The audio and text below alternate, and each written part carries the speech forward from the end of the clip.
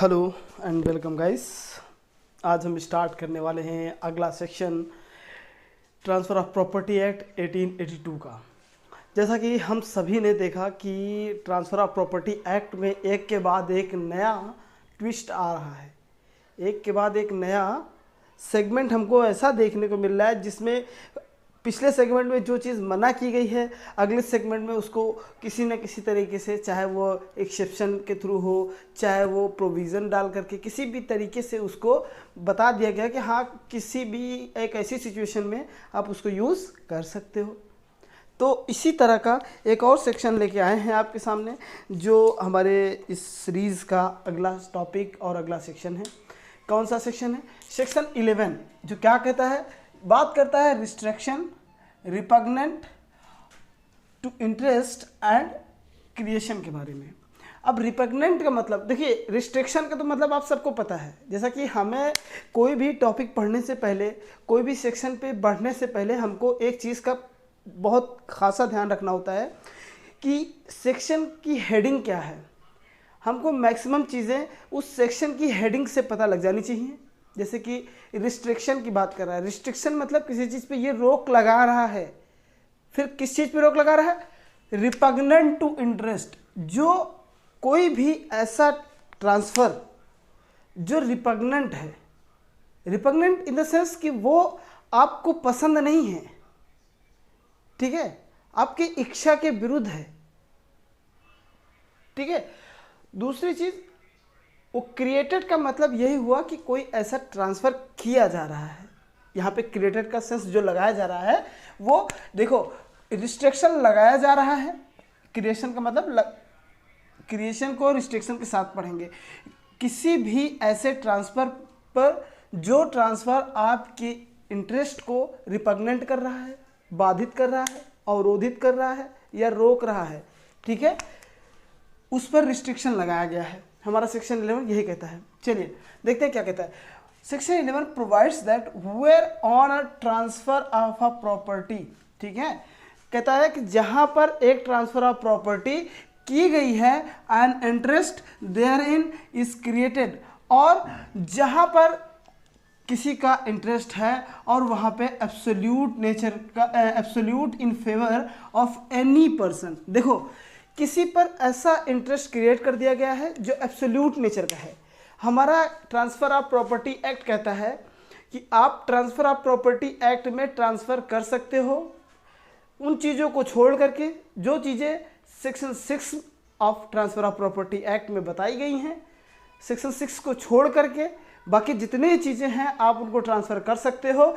लेकिन अगर कोई भी चीज़ एब्सोल्यूट नेचर का होगा, एब्सोल्यूट ट्रांसफ़र तो किया जा सकता है, लेकिन अगर कोई कंडीशन उस पर एब्सोल्यूट नेचर का है, ठीक है, जो आपके इंटरेस्ट को क्या करता है, अवरोधित करता है, रिपग्नेंट करता है, तो फिर वो माना नहीं जाएगा। देखिए आगे क्या कहता है, but the terms of the transfer direct that such interest shall be applied और enjoyed by him in a particular manner, he shall be entitled to receive and dispose of such interest as if there were no such direction।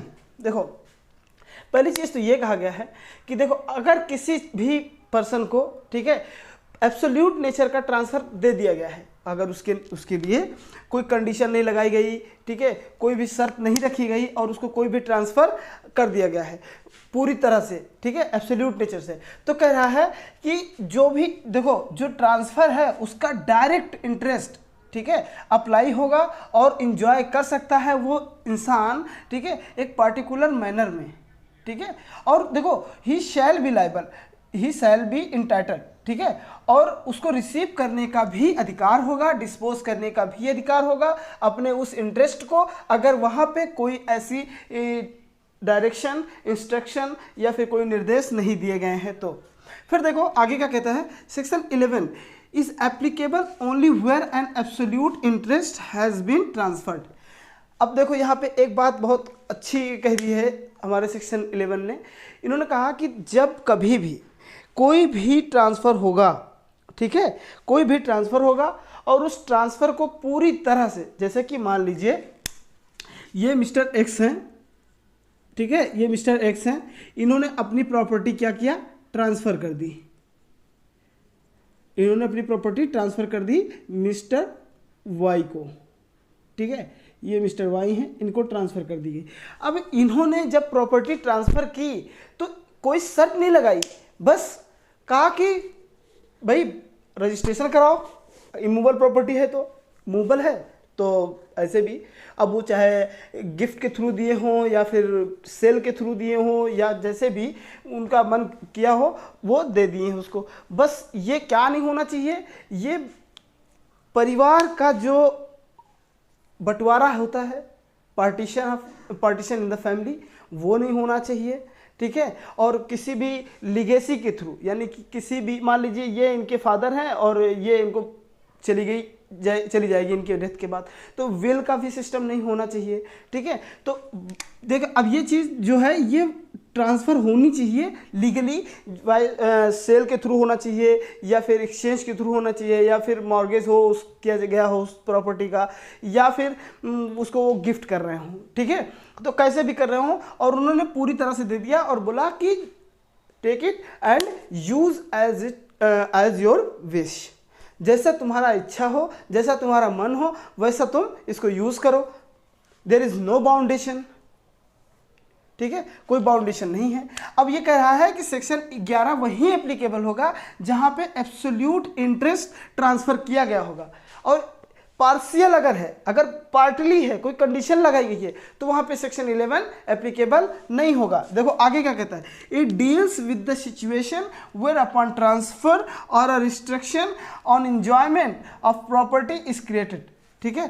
कह रहा है कि ये उसी मामलों को, उसी सिचुएशन को डील करता है जहां पे ट्रांसफर एक किसी इंजॉयमेंट को रोकने के लिए, किसी प्रॉपर्टी का इंजॉयमेंट रोकने के लिए बनाया गया है, ठीक है। तो ये आता है, ठीक है, एक्ट, और अपना सिचुएशन जो है वो हैंडल करता है।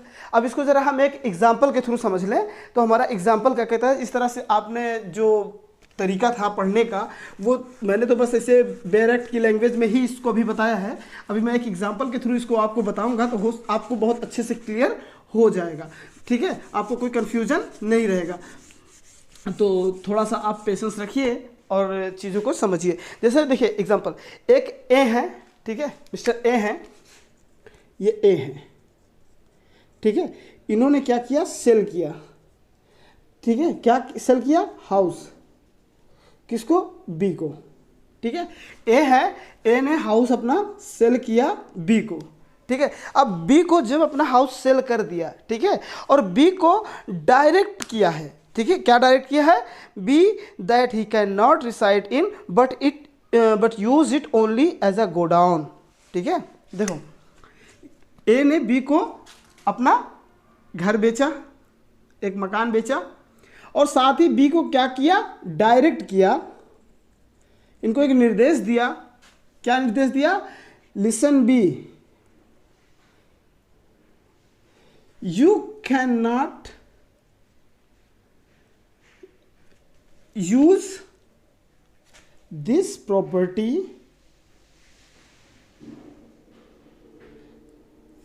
for residence,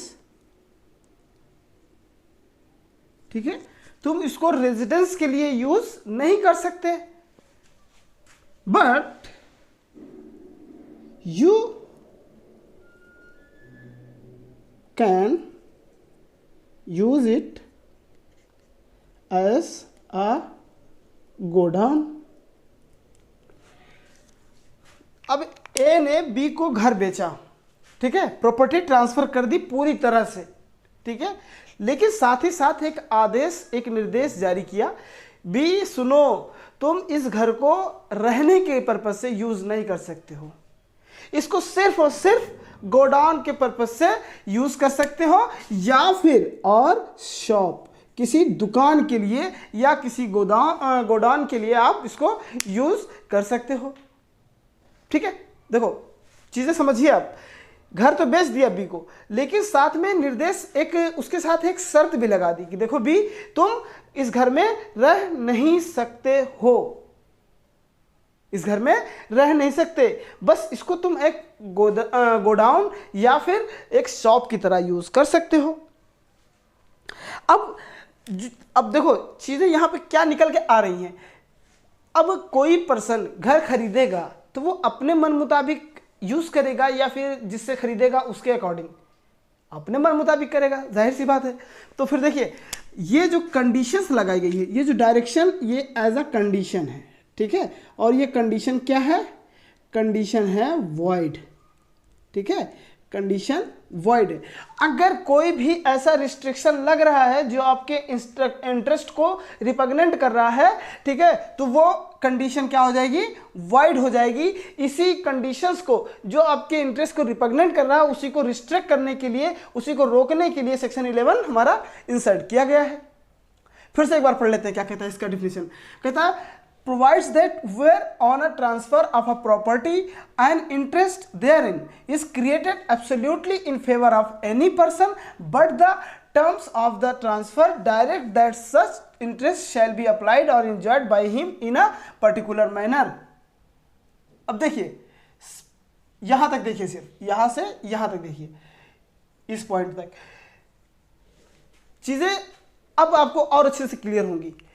कह रहा कि कोई भी प्रॉपर्टी का ट्रांसफर होगा जब, और उसके साथ एक इंटरेस्ट भी ट्रांसफर किया जाएगा, उस प्रॉपर्टी का इंटरेस्ट भी ट्रांसफर किया जाएगा अगर, और साथ में डायरेक्शन भी एक आती है कि देखो जो इंटरेस्ट है वो बिल्कुल उसी तरह से अप्लाई करोगे जिस पर्टिकुलर मैनर में हमने आपको बताया है। तो कह रहे ही शैल बी इंटाइटल, वो होगा उसको रिसीव और डिस्पोज ऑफ करने के लिए उस इंटरेस्ट को, if there were no such direction. अगर कोई डायरेक्शन नहीं दिया गया है तो फिर वो तो अपने मर्जी से करेगा, जैसे चाहे वैसे यूज करे। लेकिन अगर कोई ऐसी कंडीशन अप्लाई हो रही है, ऐसी कंडीशन लगाई जा रही है, जैसे इस केस में हुआ, इस एग्जाम्पल में हुआ, तो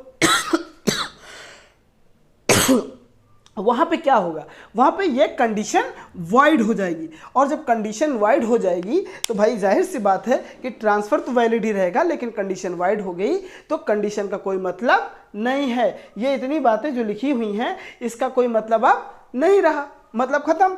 तो फिर देखिए आगे क्या कहने का मतलब है, क्या वो सवाल ये उठता है, क्या वो फिर भी उसको अपने घर को रहने के लिए यूज कर सकता है? बिल्कुल कर सकता है। जब कंडीशन ही नहीं लागू होगी, शर्त लागू ही नहीं होगा, तो आप जैसे चाहो वैसे यूज करो, जो चाहो वो बना के रखो उसको, और वो जब केस नहीं होगा तो कोई इशू नहीं होगा। और केस करने के लिए मेन चीज है कंडीशन का ब्रीच होना, ठीक है, टर्म्स एंड कंडीशन जो लगाई गई हैं उसका ब्रीच होना, उसका उल्लंघन होना, उसका टूटना। तो भाई जब आपके कंडीशंस, आपके टर्म्स ही गलत हैं तो उसके ब्रीच होने से कोई फर्क खास पड़ेगा नहीं आपको, ठीक है। तो इस पे आप बने रहिए। अभी देखते हैं इसका एक्सेप्शन। देखिए जो हमारा अभी सेक्शन 11 था, हमने क्या पढ़ा कि जब कोई भी ट्रांसफर होगा किसी प्रॉपर्टी का और उस पर कोई ऐसी कंडीशंस लगा रखी है ट्रांसफर ने जो एक्सेप्टेबल नहीं है, ठीक है। मान लीजिए ए ने एक हाउस बी को बेचा और बी को ये साथ में ये कह दिया कि देखो बी, तुम इस घर का यूज सिर्फ और सिर्फ गोडाउन या शॉप के लिए यूज कर सकते हो, रहने के पर्पज से यूज नहीं कर सकते हो। तो वो जो कंडीशन है वो वाइड होगी। क्यों? क्योंकि भाई बी उसको जैसा चाहे वैसे यूज कर सकता है, लेकिन लेकिन लेकिन लेकिन कुछ ऐसे सर्कमस्टांसेस हैं जहां पर कोई ऐसी इमूवेबल प्रॉपर्टी है, उसका ट्रांसफर किया जा रहा है, ठीक है, और जो ट्रांसफरर है वो किसी दूसरी प्रॉपर्टी के इंटरेस्ट को सिक्योर करने के लिए इस प्रॉपर्टी पर अगर कोई कंडीशंस लगा रहा है तो वो कंडीशंस वैलिड मानी जाएंगी, ठीक है। जैसे कि एक इसका एक्सेप्शन, एक पॉइंट ये देख लेते हैं कि क्या कहता है हमारा। देखिए एक्सेप्शन मतलब होता है कि उस चीज का अपवाद, जो पहली बात कही गई उस बात को खंडन करते हुए दूसरी बात जो रखी गई है, इस बात की वैल्यू होगी कुछ स्पेसिफिक सर्कमस्टांसेस में, ठीक है। अब हर जगह एक्सेप्शन नहीं अप्लाई होंगे। देखिए it provides that where any such direction has been made, ठीक है, करा है कि जहां कहीं भी ऐसे कोई डायरेक्शन बनाए गए हैं, ठीक है, in respect of one piece of immovable property, एक इमूवेबल प्रॉपर्टी के रिस्पेक्ट में, ठीक है, for the purpose of securing the beneficial interest और enjoyment of another piece of such property. देखो एग्जाम्पल के थ्रू समझते हैं, ठीक है। ये मिस्टर ए हैं, ये मिस्टर जेड है, ठीक है। ये पूरी की पूरी प्रॉपर्टी किसकी है? ए की है, ठीक है, इनकी है। अब ये जो है इस प्रॉपर्टी को क्या कर रहे हैं, इस प्रॉपर्टी का एक पोर्शन, इतना हिस्सा, ठीक है, सेल कर रहे हैं इनको, ठीक है, सेल कर रहे हैं मिस्टर जेड को, ठीक है। और साथ ही साथ इन्होंने एक ऐसी कंडीशंस लगाई, क्या, देखो उन्होंने कहा कि देखो ये जो प्रॉपर्टी है हमारी, ये प्रॉपर्टी कहाँ पे है, ये प्रॉपर्टी हमारी एक एक सोसाइटी में है, एक अच्छी जगह पे है, एक वेल मैनर्ड सोसाइटी में है, ठीक है। यहाँ पे कोई ड्रिंक नहीं करता, यहाँ पे कोई मतलब कोई गलत काम होते नहीं हैं, यहाँ पे सब पढ़ाई लिखाई मतलब पढ़े लिखे अच्छे लोग रहते हैं, ठीक है, जॉब वाले लोग रहते हैं, ऑफिसर रैंक के सब लोग रहते हैं। तो उन्होंने ये कहा कि देखो ये प्रॉपर्टी हम तुमको बेच तो रहे हैं, साथ में कंडीशन ये है कि तुम्हारे पास कम से कम एक प्रोफेशनल जॉब होनी चाहिए, ठीक है। चलो ठीक है, जॉब हटाओ, जॉब जाने दो, जॉब तुम्हारे को बिजनेस है, जॉब की क्या जरूरत है, वो बिजनेसमैन है, चलिए ठीक है। दूसरी चीज उसने ये कंडीशन लगा कि देखो you can not drink in this property. उसने शर्त लगा दी कि तुम इस प्रॉपर्टी में ड्रिंक नहीं कर सकते हो। ये पहली सिचुएशन हो गई। दूसरी चीज, नो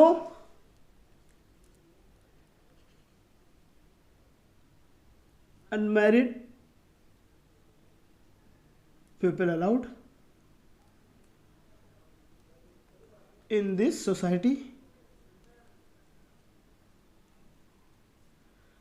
उसने ये शर्त लगा दी कि भाई देखो इस सोसाइटी में कोई भी अनमैरिड पर्सन नहीं रह सकता है, तो बेटर है कि ये प्रॉपर्टी को खरीदने के लिए आप क्या करो, पहले तो शादीशुदा होकर के आओ। हाँ भाई, सोसाइटी में मतलब रिस्क क्यों लेना, तो पहले ही उसने सारे कंडीशन लगा दिए। अब ये बंदा है मिस्टर सलमान खान का फैन, ठीक है, ये कभी शादी ही नहीं करना चाहता। अब क्या करे, प्रॉपर्टी तो चाहिए उसको, इसने इसको छोड़ दिया।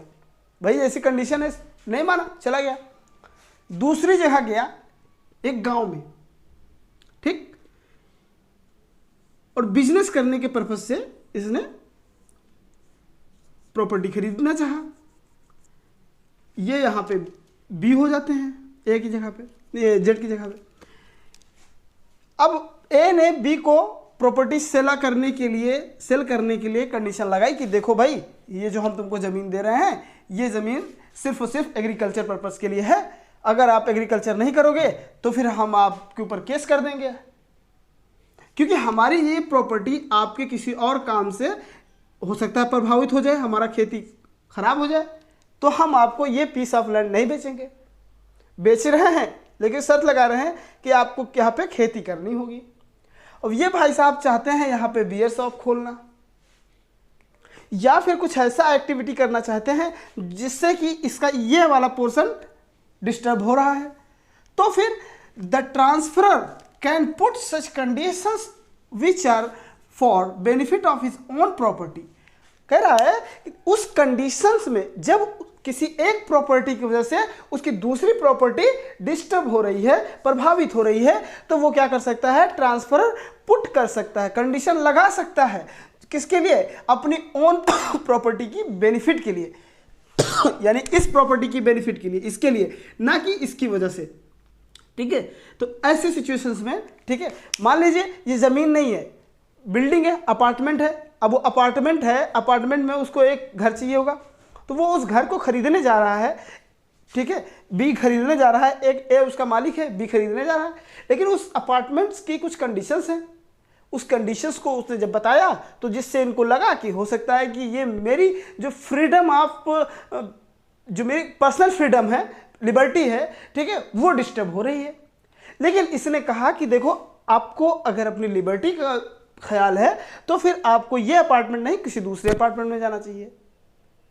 तो ऐसी कंडीशंस वो लगा सकता है क्योंकि भाई वो अपने प्रॉपर्टीज की सिक्योरिटी के लिए ऐसा कर सकते हैं। चलिए ठीक है, ये बात समझ में आ गई। अब अगला जो सेक्शन है हमारा वो सेक्शन 12 है। क्या सेक्शन है?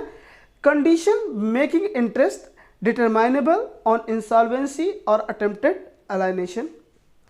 तो इस सेक्शन को हम कल कवर करेंगे क्योंकि वीडियोस लंबी ना हो, इस वजह से छोटा छोटा करके समझते हैं, एक एक सेक्शन करके। थैंक यू, धन्यवाद।